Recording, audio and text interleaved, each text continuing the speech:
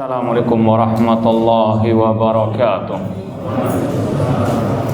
Innal hamdalillah nahmaduhu wa nasta'inuhu wa nastaghfiruh wa na'udzu billahi min syururi anfusina wa min sayyiati a'malina. Man yahdihillahu fala mudhillalah wa man yudlil fala hadiyalah.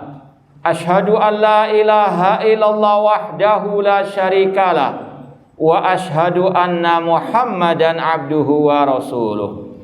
Ya ayyuhalladzina amanu taqullaha haqqa tuqatih wa la tamutunna illa wa antum muslimun. Ya ayyuhan nasu taqu rabbakumul ladzi khalaqakum min nafsin wahidah wa khalaqa minha zawjaha wa batha minhuma rijalan katsiran wa nisaa wattaqullaha alladzi tasaaluna bihi wal arham innallaha kana 'alaikum raqiba. Ya ayyuhalladzina amanu taqullaha wa qulu qawlan sadida yuslih lakum a'malakum wa yaghfir lakum dhunubakum wa may yuti'illaha wa rasulahu faqad faza fawzan 'azima. Amma ba'd, fa inna asdaqal hadithi kitabullah wa khairal hadi hadi Muhammadin sallallahu alaihi wasallam wa syarrul umuri muhdatsatuha wa kullu muhdatsatin bid'ah wa kulla bid'atin dhalalah wa kulla dhalalatin finnar. Ma'asal muslimin, ikhwani fillah wa akhwati, bapak-bapak, ibu-ibu, saudara-saudariku rahimani wa rahimakumullah. Alhamdulillah, segala puji bagi Allah Subhanahu wa taala yang mempertemukan kita kembali dalam kajian kitab Al-Aqidah Al-Wasithiyah oleh Syekhul Islam Ibnu Taimiyah rahimahullah dengan syarah atau penjelasan Asy-Syaikh Dr. Shalih bin Fauzan Al-Fauzan hafidhahullahu taala. Kita masih dalam pembahasan tentang al-iman bil qadari khairi wa syarrihi, iman kepada takdir. Betul enggak? Taib. Sampai pembahasan apa? Terakhir kemarin. Tentang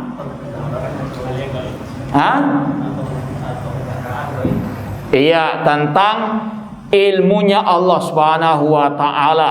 Di antaranya masalah perbendaharaan hal-hal yang gaib. Ya, kita baca lagi ucapan Syekh Shalih bin Fauzan di sini halaman 14. Al-imanu bil qadari khairi wa syarri. Iman kepada takdir Allah yang baik maupun yang jelek. Sudah kita sampaikan, ini masih penjelasan secara global. Insya Allah akan ada perinciannya di bab sebelum akhir atau bab-bab terakhir di kitab ini. Ya. Kata Syekh Shalih bin Fauzan hafizallahu taala, iman kepada takdir artinya wa huwa tasdiqu bi anna Allah subhanahu alima maqadiral asya'i wa azmanaha qabla wujudiha. Iman kepada takdir adalah membenarkan bahwasanya Allah mengetahui takdir segala sesuatu dan waktu-waktunya sebelum kejadiannya. Ini yang kita telah bahas pada kesempatan yang lalu. Kandungan iman kepada takdir yang pertama atau tingkatan iman kepada takdir yang pertama mengimani tentang ilmunya Allah. Ilmunya Allah meliputi segala sesuatu. Ilmunya Allah azaliyun wa abadiyun. Sudah ada sejak dahulu kala dan kekal abadi selama-lamanya. Allah mengetahui apa yang telah terjadi, apa yang sedang terjadi, apa yang tidak terjadi, seandainya terjadi dan bagaimana kejadiannya. Itu ilmunya Allah. Alima makana wa ma yakun wa ma lam yakun law kana kaifa yakun. Ini kata para ulama, ilmunya Allah meliputi segala-galanya. Dalilnya sangat banyak sekali. Di antaranya yang sudah kita sampaikan pada kesempatan yang lalu, surat Al-An'am ayat 59. Wa indahu mafatul ghaibi la ya'lamuha illa huwa. Di sisi Allah lah perbendaraan hal-hal yang ghaib. Tidak ada yang mengetahuinya kecuali Allah Subhanahu wa taala. Ya'lamu ma fil barri wal bahr. Dia mengetahui apa yang di daratan dan di lautan. Wa ma tasqutu min waraqatin illa ya'lamuha. Tidaklah dedaunan berguguran kecuali Allah mengetahui secara terperinci. Wala habbatin fi dhulumatil ardi wala ratbin wala yabisin illa fi kitabin mubin. Dan tidaklah biji-bijian dalam kegelapan bumi, dan tidaklah yang kering maupun yang basah kecuali dalam catatan takdir Allah yang jelas.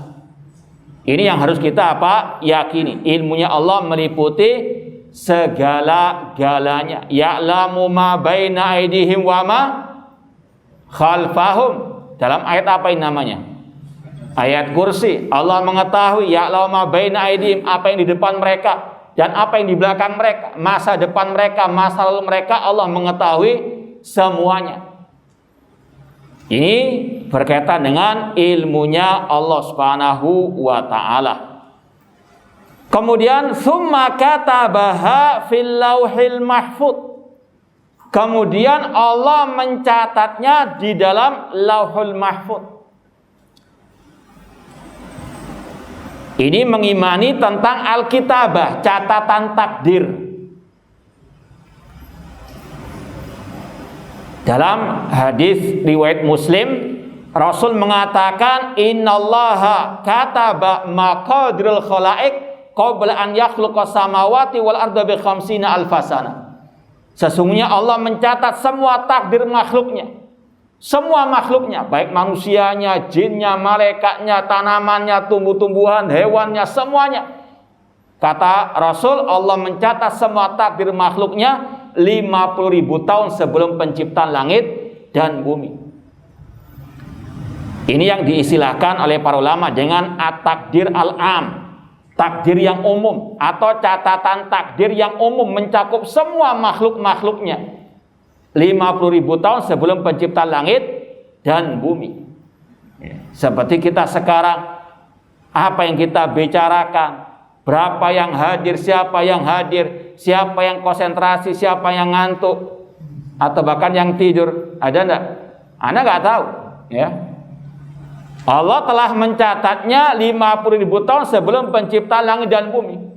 Cuma jangan berhujah dengan takdir. Ya sudah, jangan mencela kalau sudah Allah takdirkan. Ini keliru. Dalam masalah maksiat atau kesalahan, penyimpangan, tidak boleh berhujah dengan takdir. Karena manusia ada pilihan antara berbuat kebaikan atau kejelekan, antara mau tidur atau tidak. Betul tidak?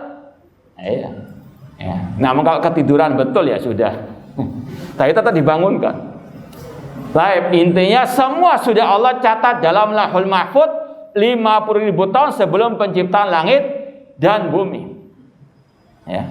Seperti yang terjadi sekarang ini, qadarullah biasanya live IG ya, Instagram ya. Qadarullah ana kelupaan membawa alat-alatnya. Karena ana waktu kapan lalu pinjam alat-alatnya. Qadarullah sudah ana siapkan tadi, bahkan yang sebelum-sebelumnya sudah ana siapkan, qadarullah berangkat sampai di tengah jalan baru ingat alatnya kelupaan. Ya. Ini namanya apa? Qadarullah. Ya. Sekali lagi, apa yang telah terjadi dan yang sedang terjadi dan apa yang akan terjadi semuanya sudah Allah catat dalam Lauhul Mahfuz 50.000 tahun sebelum penciptaan langit dan bumi. Ya. Kemudian kalau kita bahas lagi catatan takdir, itu ada yang kedua, yaitu catatan takdir ketika Allah mengambil perjanjian dari anak Adam alaihissalam. Ya. Sebagaimana dalam hadis atau dalam ayat Al-Quran, wa id akhadha rabbuka min bani adama min dhuhurihim dzurriyyatahum wa asyhadahum ala anfusihim alastu birabbikum qalu bala syahidna. Ingatlah ketika Rabbmu mengambil perjanjian dari anak Adam. Ini catatan takdir yang kedua sebelum mereka diciptakan oleh Allah di atas muka bumi ini, yaitu catatan takdir ketika Allah mengambil perjanjian dari anak Adam alaihi assalam. Yang ketiga, catatan takdir, kalau bahasa Arabnya at-takdir al-umri, catatan takdir sepanjang usia manusia itu, yaitu catatan takdir ketika manusia dalam rahim seorang ibu, ketika masih berupa janin. Seperti dalam hadis yang masyhur, hadis Abdullah bin Mas'ud radhiyallahu anhu, Rasul SAW berkata, inna ahadakum yujma' khalqu fi batni ummi arba'ina yawman nutfatan thumma yakunu 'alaqatan mithla dzalik thumma yakunu mudghatan mithla dzalik. Sesungguhnya penciptaan salah seorang di antara kalian itu pertama kali berupa sperma dalam waktu 40 hari. Kemudian berubah menjadi segumpal darah dalam waktu yang sama 40 hari. Kemudian berubah menjadi segumpal daging dalam waktu yang sama 40 hari. Jadi total berapa hari? 120 hari atau berapa bulan? 4 bulan lamanya. Summa yursalil malak, kemudian diutus malaikat. Fayanfukhu fihi ruh, kemudian malaikat meniupkan ruh kepada janin tersebut. Inilah waktu janin sudah berupa manusia. Sudah ada rohnya dalam waktu usia berapa? 120 hari atau 4 bulan. Kemudian yu'mar bi arba'i kalimat. Kemudian diperintahkan malaikat mencatat 4 takdir janin tersebut. Seumur hidupnya apa saja yang terjadi. Mulai dari bikatbi rezekinya. Rezeki mencakup harta, kedudukan, ilmu dunia, ilmu akhirat. Kemudian berkaitan dengan ajalihi, kematiannya. Semua orang mati dengan takdir Allah. Jangan ada yang mengatakan orang itu mati bunuh diri telah mendahului takdir Allah. Ini ucapan yang salah, ucapan yang batil. Jadi ada kata-kata di tengah orang awam ketika mendengar ada orang bunuh diri, atau mungkin bahkan orang mati karena terbunuh, naudzubillah min dzalik, dikatakan yang membunuh itu mendahului takdir Allah. Tidak, ya. Kita katakan orang itu mati apapun penyebabnya, dengan apapun dia mati, itu semua dengan takdir Allah. Sudah Allah catat dalam Lauhul Mahfuz, dan Allah perinci lagi ketika dia masih dalam rahim ibunya. Dicatat kapan dia matinya, wa ajalihi wa amalihi, demikian pula amal perbuatannya sudah Allah catat. Wasakun au saidun, atau dia sengsara atau dia bahagia. Ini catatan takdir al-umriyah selama usia orang tersebut. Kemudian catatan takdir yang berikutnya, takdir al-hauliyah, catatan takdir selama setahun lamanya, yaitu ketika Lailatul Qadar. Dalam surat Ad-Dukhan Allah mengatakan, inna anzalnahu fi lailatin mubarakah inna kunna mundirin fiha yufraqu kullu amrin hakim. Sesungguhnya kamilah, kata Allah, yang menurunkan Al-Quran di malam Lailatul Qadar, malam yang dibarokahi. Kamilah yang memberikan peringatan. Di dalam malam Lailatul Qadar itulah kami takdirkan takdir makhluk-makhluk Allah Subhanahu wa taala selama setahun lamanya. Dan catatan takdir ini semuanya tidak bertentangan dengan yang di Lauhul Mahfuz. Sebagaimana kata Imam Ibnu Qayyim rahimahullah dalam kitab beliau Syifaul Alil. Ini termasuk kitab yang spesial, yang khusus tentang masalah iman kepada takdir. Syifaul Alil karangan Imam Ibnu Qayyim rahimahullah, beliau mengatakan catatan takdir ini tidak bertentangan dengan yang pertama tadi, yang di Lauhul Mahfuz. Ini sekedar perinciannya. Kemudian yang di Lauhul Mahfuz juga mencakup semua makhluk. Kalau yang ini berkaitan dengan tadi janin manusia tadi dan umur manusia. Kemudian yang kelima, catatan takdir yaumiyah, setiap harinya. Allah berfirman, kulla yaumin huwa fi sya'n. Setiap hari Allah dalam perbuatannya, yaitu menghidupkan, mematikan. Dan itu pula yang berkaitan dengan catatan takdir yang ada di tangan malaikat Allah Subhanahu wa taala.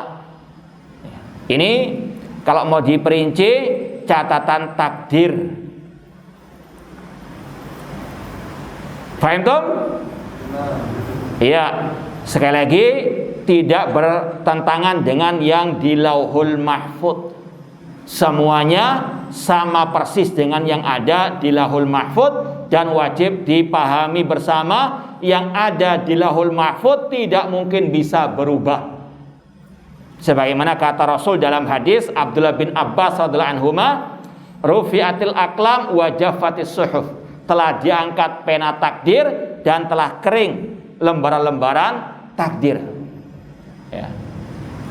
Karena kita nggak tahu apa yang di Lauhul Mahfuz, maka tugas kita berbuat yang sebaik-baiknya dalam urusan dunia maupun akhirat, dan minta tolong kepada Allah, serahkan takdir kita kepada Allah Subhanahu wa taala. Ihris ala ma yanfa'uka wasta'in billah. Bersemangatlah dalam menggapai yang bermanfaat dan minta tolong kepada Allah Subhanahu wa taala. Lau asabaka syai'un fala taqul lau fa'altu kada lakana kada wa kada.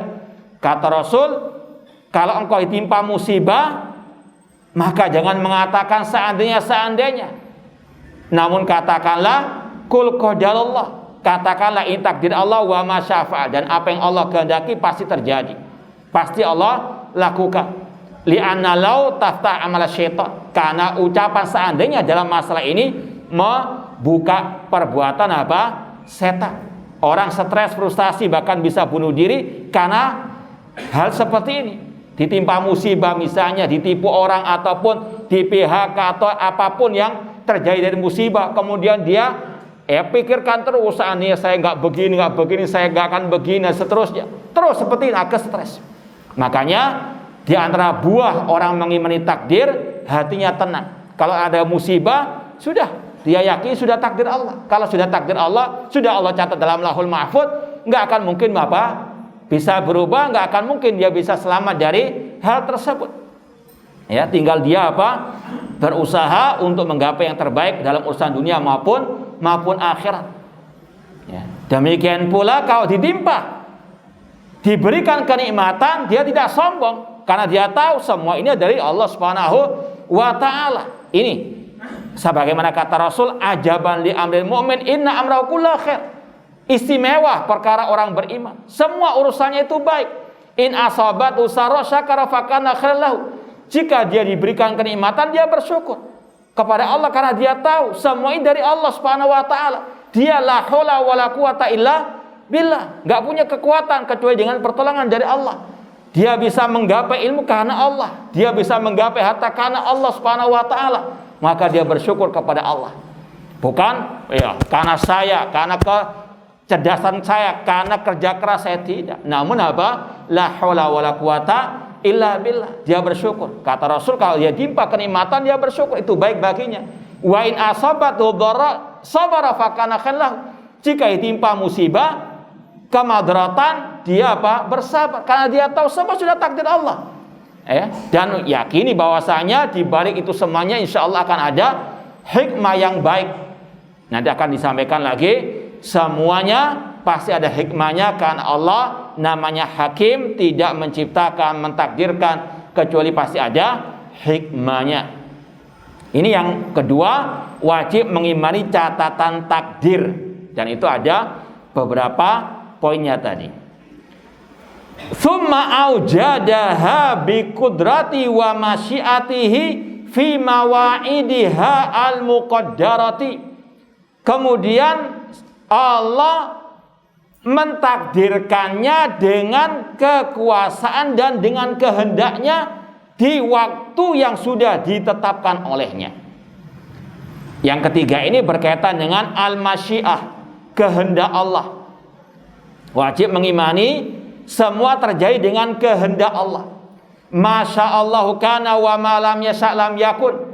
Kata para ulama, apa yang Allah kehendaki pasti terjadi, dan apa yang tidak Allah kehendaki tidak mungkin terjadi.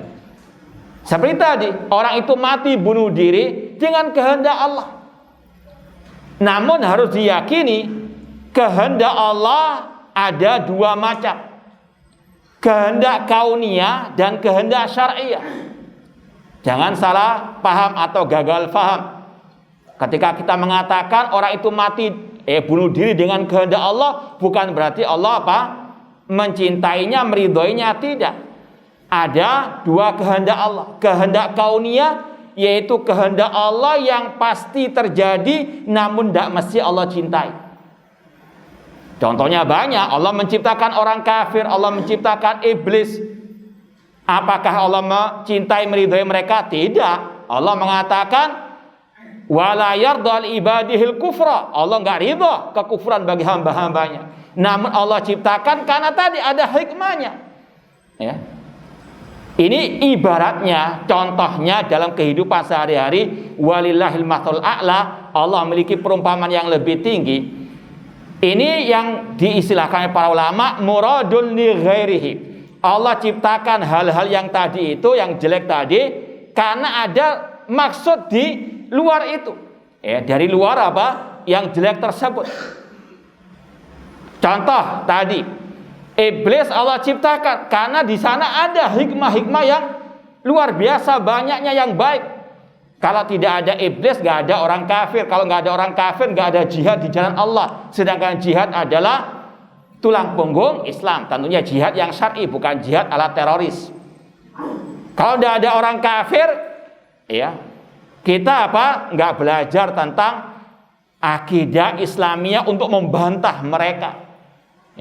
Demikian pula Allah ciptakan ahlul bidah, kelompok yang kita sampaikan Syiah, Jahmiyah, Khawarij. Kalau nggak ada kelompok tersebut, kita nggak ngomong masalah apa tadi, teroris dan seterusnya. Sedangkan membantah ahlul bid'ah, jihad di jalan Allah, ladang pahala. Ini perumpamaannya kata ulama seperti obat.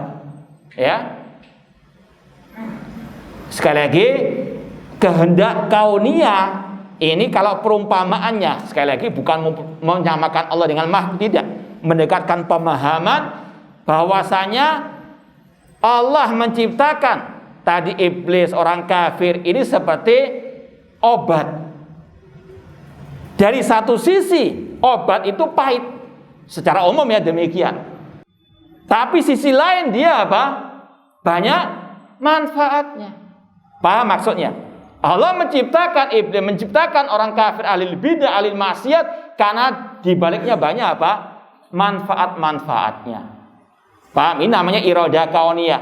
Allah menghendaki, namun tidak mesti Allah cintai. Seperti yang sering kita sampaikan juga, iradah kauniyah perumpamaannya seperti Allah menciptakan nyamuk. Banyak orang kesal dengan nyamuk. Tapi di balik pencipta nyamuk banyak manfaatnya. Ada obat nyamuk yang memperkerjakan banyak manusia dan seterusnya. Jadi sekali lagi ini yang disilakan dengan iradah kauniyah, kehendak Allah yang pasti terjadi namun tidak mesti Allah cintai. Tidak mesti Allah cintai. Jadi jangan gagal paham ketika kita mengatakan orang kafir itu tercipta dengan takdir Allah, kehendak Allah, bukan berarti Allah mencintai orang kafir tersebut, meridhoinya, menyetujuinya, tidak. Kemudian yang kedua, iradah syar'iyah, kehendak Allah yang pasti dicintai tapi tidak mesti terjadi. Allah menghendaki semua orang beriman kepadanya, namun tidak semua orang beriman. Fariqun fil jannati wa fariqun fis sa'ir. Sebagian di surga, sebagian di neraka. Ada hikmah di balik itu semuanya. Ini pembagian kehendak Allah. Paham tak? Baik. Summa aujada bi qudrati wa masyiati fi mawaidiha al muqaddarah. Kemudian tadi poin yang ketiga, Allah mentakdirkan semua itu dengan kekuasaan, dengan kehendaknya pada waktunya yang telah Allah tetapkan. Kemudian kata Syekh, fa kullu muhdatsin min khairin au syarrin fahuwa sadirun ala ilmihi wa takdirihi wa masyiatihi wa iradatihi masya'akana wa malam yasha'lam yakun. Kemudian segala sesuatu yang terjadi dari kebaikan atau kejelekan itu semuanya bersumber dari ilmunya Allah, takdir Allah, kehendak Allah. Apa yang Allah kehendaki pasti terjadi, dan apa yang tidak Allah kehendaki tidak mungkin terjadi. Tadi ada yang kelewatan itu. Kemudian aujadaha. Kemudian Allah mentakdirkan atau menciptakannya. Ini yang keempat. Jadi yang pertama masalah ilmunya Allah, yang kedua masalah catatan takdir, yang ketiga masalah apa? Kehendak, dan yang keempat masalah apa? Al-khalq. Ini kata para ulama berurutan. Pertama Allah mengetahui dalam ilmunya yang azal yang dahulu kala. Kemudian Allah mencatatnya 50.000 tahun sebelum pencipta langit dan bumi. Kemudian Allah menghendaki, kemudian baru apa? Allah menciptakannya, mentakdirkannya di atas muka bumi ini. Paham? Paham tak? Yang pertama apa tadi? Ilmu. Kemudian catatan takdir. Yang ketiga kehendak Allah. Yang keempat baru apa? Al-khalqu, masalah penciptaan. Allah khaliqu kulli syai'. Dalam surat Az-Zumar ayat 62 Allah berfirman, Allah pencipta segala sesuatu. Semua yang terjadi adalah makhluk ciptaan Allah. Wallahu khalaqakum wa ma ta'malun. Allah yang menciptakan kalian dan apa yang kalian perbuat. Surat As-Saffat ayat 96. Syekhul Islam Muhammad bin Abdul Wahhab rahimahullah berkata, wa kullu ma siwallahi alam. Setiap yang selain Allah adalah alam, artinya makhluk. Kita adalah makhluk ciptaan Allah, dan apa yang kita perbuat juga makhluk ciptaan Allah Subhanahu wa ta'ala.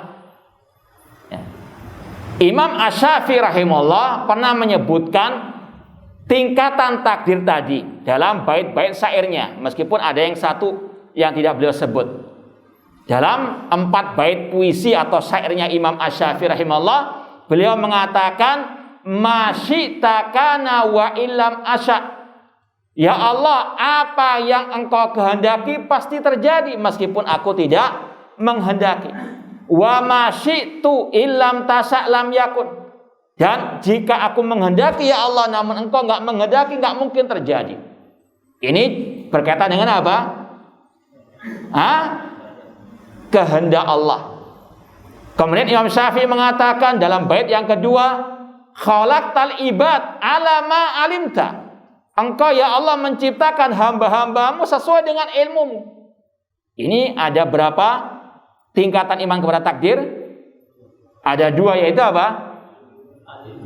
Ya, ilmu dan penciptaan. Jadi itu 3 tingkatan takdir yang disebut oleh Imam Asy-Syafi'i rahimahullah ta'ala. Kemudian kita lanjutkan ucapan Imam Syafi'i lagi. Beliau mengatakan fafil ilmi yajril fatal wal musid. Dengan ilmumu semua manusia yang muda maupun yang tua mereka berjalan. Kemudian bait yang ketiga Imam Syafi'i mengatakan ala hada mananta wa hada khadalta hada anta wa hada lam tu'id. Ya Allah, yang ini engkau bantu, tolong, yang ini engkau enggak tolong. Yang ini engkau campakkan, yang itu engkau tolong. Faminhum sa'idun wa minhum syaqi. Di antara mereka ada yang bahagia, ada yang sengsara. Wa minhum qabihun wa minhum hasan. Di antara mereka ada yang baik, ada yang jelek. Jadi sekali lagi, ini kandungan iman kepada takdir atau tingkatan iman kepada takdir yang wajib diimani. Tidak sempurna iman kepada takdir kecuali mengimani 4 poin tadi, ya. Karena ada sebagian kelompok sesat, mereka meninggalkan beberapa poin atau sebagian dari 4 poin tersebut. Namun akhirnya mereka apa kata para ulama divonis kafir atau sebagai ahli al-bidah. Ya, di antaranya kelompok Al-Qadariyah. Ya. Kelompok Al-Qadariyah ini salah satu nenek moyang kelompok sesat yang muncul di awal-awal generasi kaum muslimin di akhir zaman para sahabat. Seperti yang kita pernah isyaratkan dari cerita Abdullah bin Umar radhiyallahu anhu dalam awal Sahih Muslim, didatangi oleh dua tabi'in yang bernama Yahya bin Ya'mar dan Humaid bin Abdurrahman. Dua orang ini datang dari Basra, Irak. Datang ke kota Mekah untuk haji dan sekaligus untuk minta fatwa kepada sahabat Rasulullah SAW. Dan mereka ditakdirkan oleh Allah ketemu dengan Abdullah bin Umar radhiyallahu anhu. Mereka bercerita di tempat mereka Basra muncul kelompok yang mereka yatakaffarunal ilma.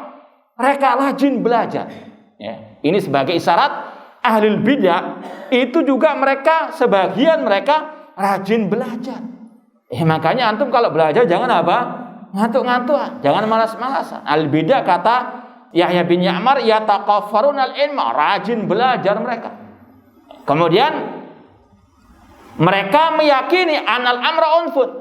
Allah tidak mengetahui sesuatu sampai terjadinya sesuatu itu.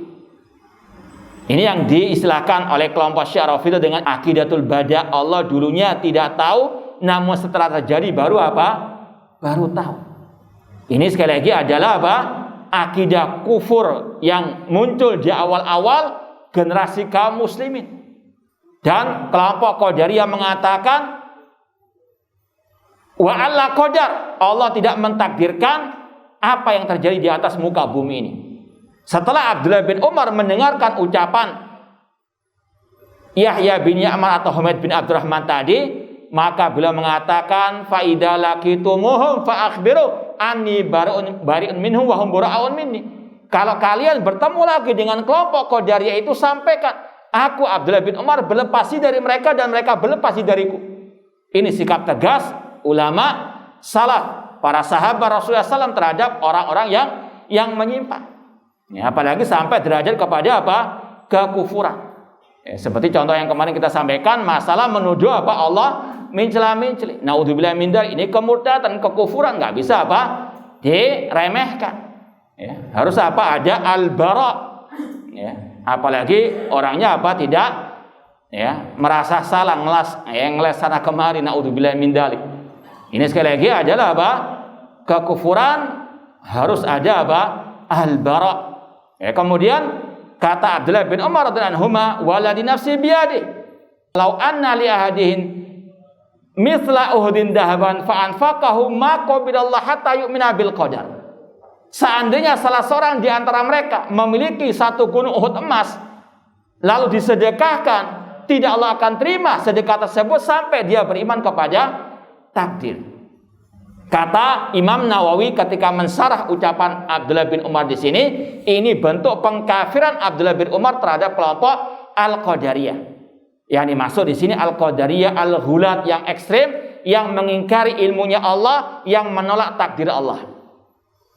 Karena nanti akan ada kata para ulama kelompok Qadariyah yang moderat, tapi tetap sesat.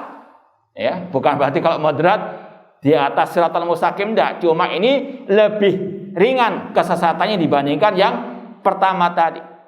Ya, kalau yang ekstrem tadi mengingkari semua takdir Allah dan mengingkari ilmunya apa? Allah Azza wa Jalla. Adapun yang moderat tapi tetap sesat, yaitu kelompok Qadariyah yang menafikan perbuatan hamba. Hamba itu yang mentakdirkan perbuatannya sendiri, terutama yang jelek. Yang jelek diciptakan oleh manusia itu sendiri, yang baik Allah apa? Ciptakan. Makanya Rasul mengatakan Al-Qadariyah tu majusu hadihi al-ummah. Kelompok Qadariyah majusinya umat ini. Kenapa demikian? Karena ada persamaan, kesamaan, kemiripan antara pemeluk agama Majusi yang meyakini alam semesta memiliki dua Tuhan. Tuhan cahaya, Tuhan kegelapan. Tuhan kebaikan, Tuhan apa? Kejelekan. Kelompok Qadariyah yang moderat meyakini seperti tadi. Yang baik diciptakan oleh Allah, yang jelek diciptakan oleh manusia itu sendiri tanpa campur tangan kehendak Allah. Ini kelompok Al-Qadariyah yang dikatakan Rasul tadi majusinya umat ini. Kenapa demikian? Tadi mengingkari masalah poin yang keempat, al-khalqu. Ya. Yang baik diciptakan oleh Allah, yang jelek diciptakan oleh apa? Manusia itu sendiri. Makanya sekali lagi, tidak sempurna iman kita kepada takdir sampai kita mengimani empat hal ini. Al-ilmu, al-kitabah, catatan takdir, al-masyiah, kehendak, dan masalah apa? Al-khalq. Nah,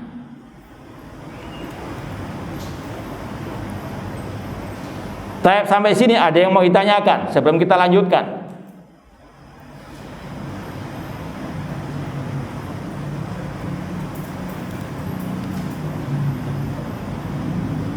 Masalah takdir ini masalah yang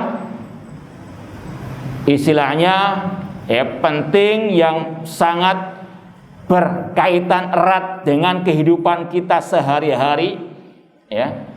Dan banyak penyimpangan-penyimpangan dalam masalah hal ini. Perlu untuk kita betul-betul memahaminya.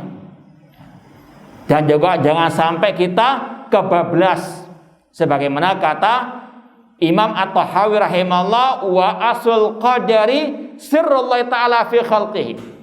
Asal takdir adalah rahasia ilahi. Lam yattali alai malakun muqarrabun wala nabiyyun mursalun. Tidak ada malaikat yang dekat dengan Allah ataupun nabi yang diutus oleh Allah yang tahu rahasia takdir Allah Subhanahu wa taala tersebut. Ya. Sebagaimana tadi masalah Lahul Mahfuz. Nggak ada yang tahu masalah apa yang di dalam Lahul Mahfuz tersebut. Ini masalah gaib. Maka sesat kalau ada orang-orang yang mengatakan Nabi Muhammad tahu yang gaib, tahu apa yang di Lahul Mahfuz, atau wali tahu yang di Lahul Mahfuz. Naudzubillahi min dzalik. Ya. Ini masalah apa? Rahasia Allah Subhanahu wa taala. Allah mengatakan, "Qul la ya'lamu man fis samawati wal ardil ghaiba illallah." Katakanlah, tidak yang tahu yang gaib di langit maupun di bumi kecuali Allah Subhanahu wa ta'ala. Kita tahu ini takdir Allah atau tidak, kata para ulama, lewat dua hal. Yang pertama, sudah terjadi, baru kita tahu ini takdir Allah. Paham? Seperti tadi, ya, kita ketinggalan alat-alat untuk live Instagram misalnya. Ini kita tahu ini takdir Allah dari mana? Karena sudah terjadi. Ya, kita kumpul sekarang di sini. Ya, apa yang kita bicarakan ini sudah takdir Allah. Kenapa kok kita katakan demikian? Ini sudah terjadi. Ya, apa yang akan terjadi tidak tahu kita. Makanya Allah berfirman dalam surat Al-Kahfi, "Wala taqulanna li syai'in inni fa'ilun dzalika ghadan illa an yasha'allah." Jangan kau mengatakan aku akan berbuat demikian esok hari kecuali mengatakan apa? Ya, karena nggak semua yang kita inginkan pasti terjadi. Ini semua rahasia ilahi, makanya tidak boleh meramal, karena ini adalah kekhususan Allah. Dalam artian tidak ada yang tahu yang gaib yang akan datang kecuali Allah Subhanahu wa taala, seperti yang kita sampaikan pada kesempatan yang lalu. Wala tari nafsun madza taksibu ghadan. Tidak ada satu jiwa pun yang tahu apa yang dia perbuat esok hari. Kita bisa mengatakan ini takdir Allah. Yang pertama kata ulama, kalau sudah terjadi baru kita tahu ini takdir Allah. Ya, tahun 2010 misalnya, tahu enggak kalau tahun 2020 akan ada pandemi? Ada yang tahu? Hah? Ya. Sekali lagi, jangan percaya dengan ramalan-ramalan paranormal ataupun yang semisal dengan mereka. Kemudian kita tahu itu sudah takdir Allah kalau ada nas wahyu ilahi Al-Quran dan sunnah Rasulullah SAW. Contoh kejadian yang akan datang, akan keluar Dajjal sebelum akhir dunia ini. Ini pasti terjadi. Dari mana kita tahu? Dari dalil. Karena wa ma yantiqu anil hawa in huwa illa wahyu yuha. Rasul nggak berkata dari hawa nafsu beliau, namun itu wahyu dari Allah Subhanahu wa taala. Kita wajib membenarkannya. Jadi sekali lagi kata para ulama, kita tahu ini takdir Allah kalau sudah terjadi atau lewat nas Al-Quran ataupun sunnah Rasulullah SAW yang as-sahihah. Kemudian kata Imam Tahawi tadi, kita lanjutkan dalam akidah Tahawiyah, beliau mengatakan wa ta'ammuq wa nadhar fi dzalik dzariyatul khidlan wa sulamul hirman. Mendalam-dalami masalah takdir tanpa bimbingan Al-Quran dan Sunnah, tanpa bimbingan para ulama ahlu sunnah, maka itu adalah jalan menuju kepada kesesatan. Ya. Seperti tadi kelompok Qadariyah, kelompok nanti akan ada lagi Jabariyah. Mereka mengotak-atik masalah takdir tanpa dalil, tanpa bimbingan ulama salaf, sehingga memunculkan statement-statement yang sesat dan menyesatkan. Makanya Rasul mengatakan, idza dzikral qadar fa'amsiku. Apabila disebut masalah takdir, jaga lisan. Ya, jangan asbun. Kecuali sekali lagi tadi, kalau sudah ada dalilnya, ada ucapan bimbingan dari ulama ahlu sunnah, baru kita sampaikan. Adapun sekali lagi yang tidak ada dasarnya dalilnya atau bahkan menyelisih dalil, hati-hati. Fa'amsiku, ini masalah rahasia ilahi Allah Subhanahu wa ta'ala. Kemudian yang kita sampaikan tadi, tidak boleh berhujah dengan takdir dalam masalah maksiat, ya. Mengatakan saya jadi pencuri, jadi penjahat karena takdir Allah, saya nggak salat karena takdir Allah, ya. Yang pertama kata para ulama, ini ucapan mirip dengan orang-orang musyrikin jahiliyah. Saya qulu ladina asyraku law sya'allah ma asyrakna wala abauna. Orang-orang musyrikin dahulu mengatakan, seandainya bukan karena kehendak Allah, kami enggak berbuat syirik. Demikian pula dengan nenek moyang kami, bapak-bapak kami. Enggak mau tobat, namun berdalil dengan apa? Ya, dengan takdir. Ini mirip dengan tadi. Sudah mencela-mencela keliru, cari dalil. Semakin apa? Ngawur. Naudzubillah min dzalik, menyamakan mencela-mencela dengan nasih masuk dalam Al-Qur'an. Ya. Enggak tobat, tarik dalil dengan takdir tadi misalnya. Ini apa? Mirip dengan kelakuan orang-orang musyrikin ahlul bidah demikian. Berkata dulu baru cari dalil. Itu pun apa? Keliru lagi, double keliruannya. Naudzubillah min dzalik. Sekali lagi, yang pertama, orang yang berhujah dengan takdir dalam masalah maksiat yang dia nggak mau tobat dari maksiat tersebut, maka ini sekali lagi kelakuannya orang-orang musyrikin jahiliyah, tasabuh dengan orang musyrikin jahiliyah. Kemudian yang kedua, ini sekedar contoh kata para ulama, kalau orang itu mengatakan saya jadi penjahat, saya nggak sholat karena takdir Allah. Coba, apa diapakan enaknya? Ya, dipukul misalnya, ya. Marah nggak dia? Contoh saja nih, marah enggak dia?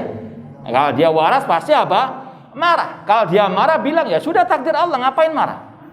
Artinya ini hujah yang tidak bisa diterima.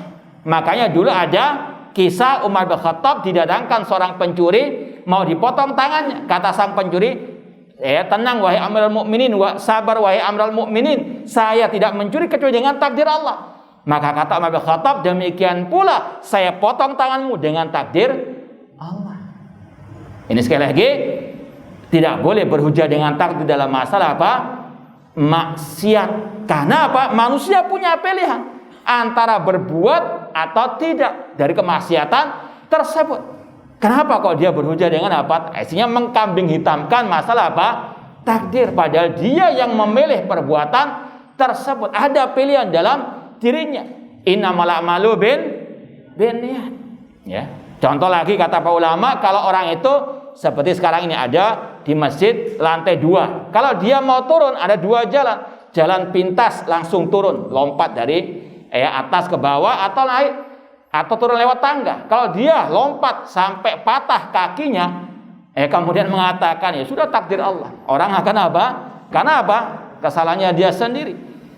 Ini tidak berakal sehat orang tersebut. Ini sekali lagi dalam masalah takdir tidak boleh dijadikan hujah dalam masalah maksiat. Namun dalam masalah musibah boleh. Saya sakit takdir Allah. Kenapa? Karena manusia nggak ada yang memilih apa? Sakit nggak ada pilihan sudah. Pandemi seperti sekarang ini, qadarullah wa ma syafa, nggak ada pilihan sudah. Allah yang mentakdirkan.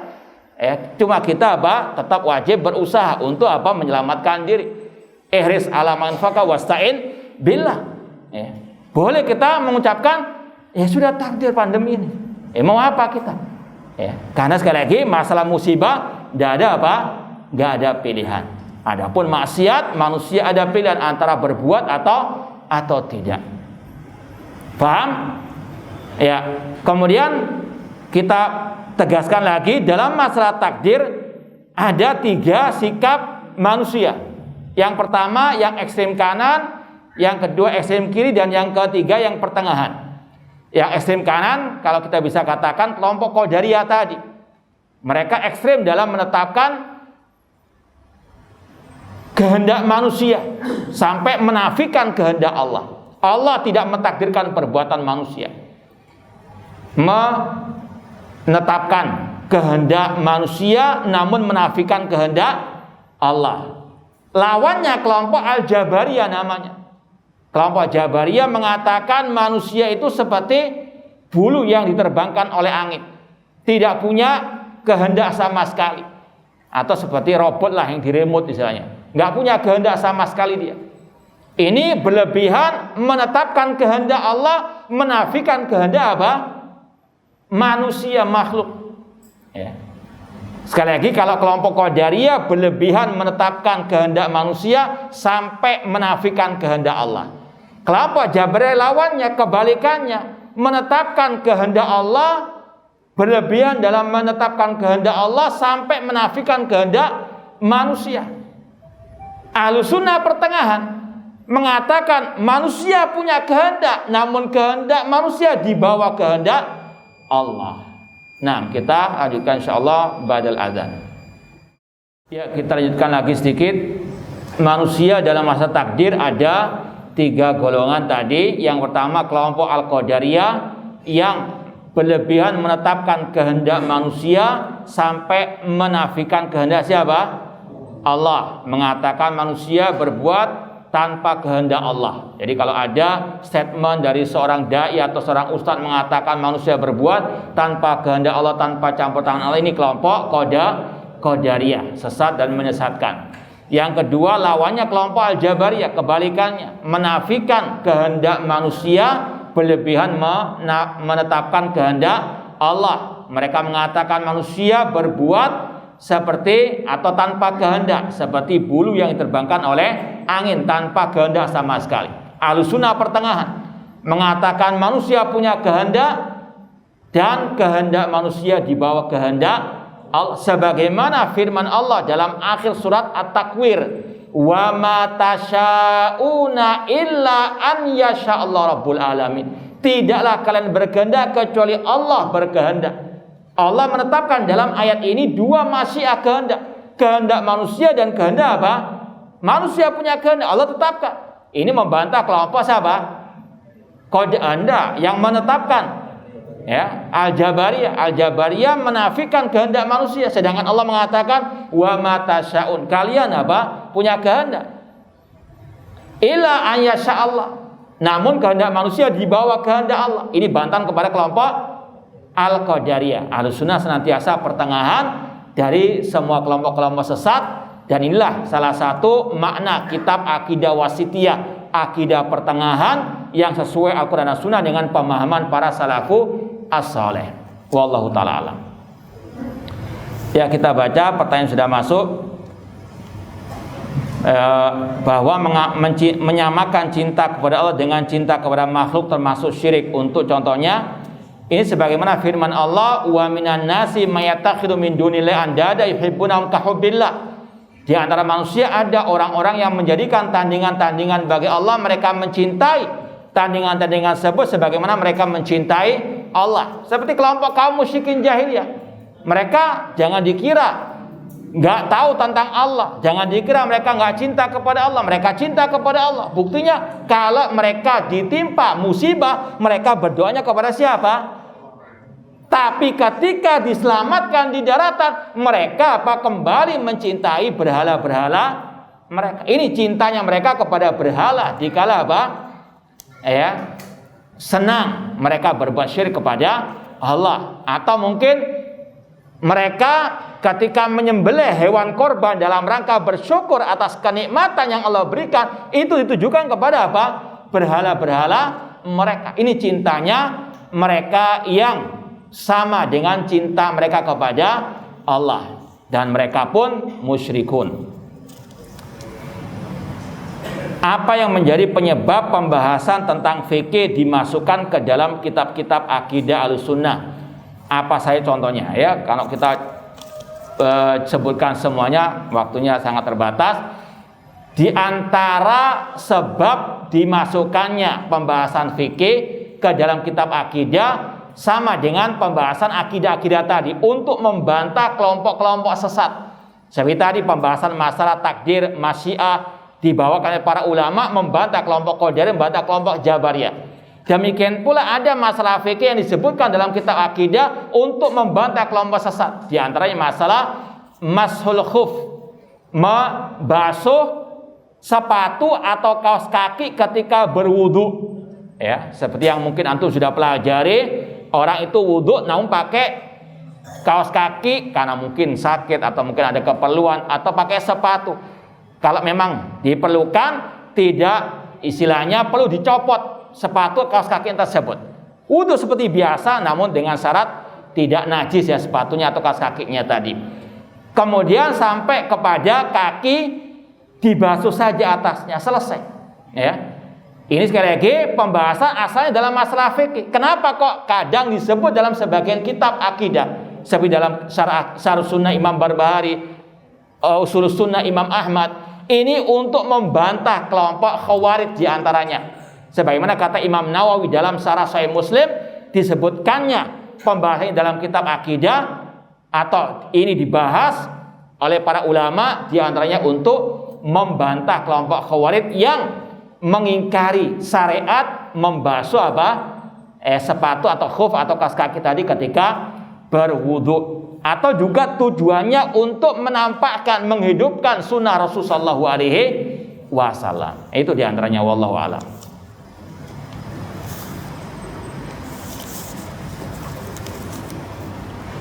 Apakah dosa seorang hamba termasuk takdir kauni? Iya, sudah kita sampaikan. Semua yang terjadi ya itu atas kehendak Allah, dan kalau itu nggak Allah cintai, masuk ke dalam takdir atau kehendak kauni yang pasti terjadi namun tidak mesti Allah cintai. Seperti perpecahan umat, perpecahan kaum muslimin, ini sudah takdir Allah, ini kehendak Allah kauniyah, pasti terjadi dan telah terjadi ya, namun Allah tidak mencintai. Paham? Namun sekali lagi bukan berarti orang itu boleh berhujah dengan takdir ya, dan nggak mau tobat dengan dalil tadi. Ini sudah takdir, tidak dibolehkan.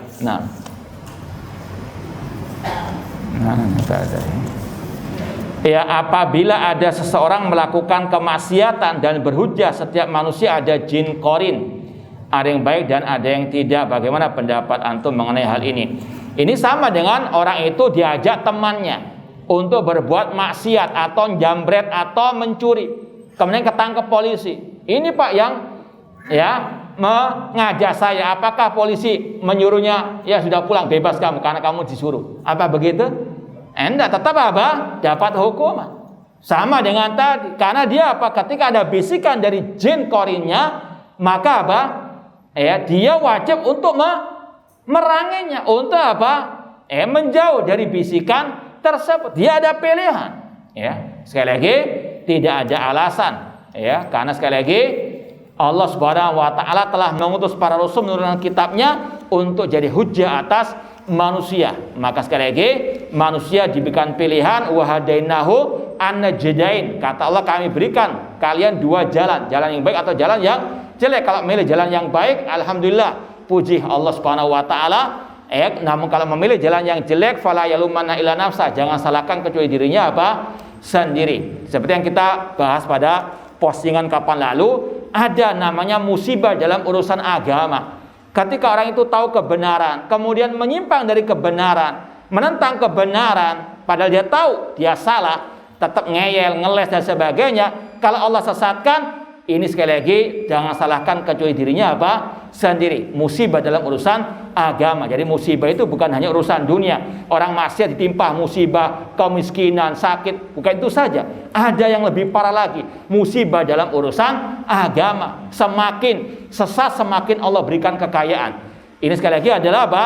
Naudzubillah min dzalik, menyimpang dari kebenaran setelah tegak kebenaran bagainya, fala mazahu azaghallahu qulubahum. Ketika mereka berpaling dari agama Allah, semakin Allah sesatkan. Naudzubillahi min dzalik. Aqul qouli hadza wa akhiru da'wana anil hamdulillahirabbil alamin. Wassalamualaikum warahmatullahi wabarakatuh.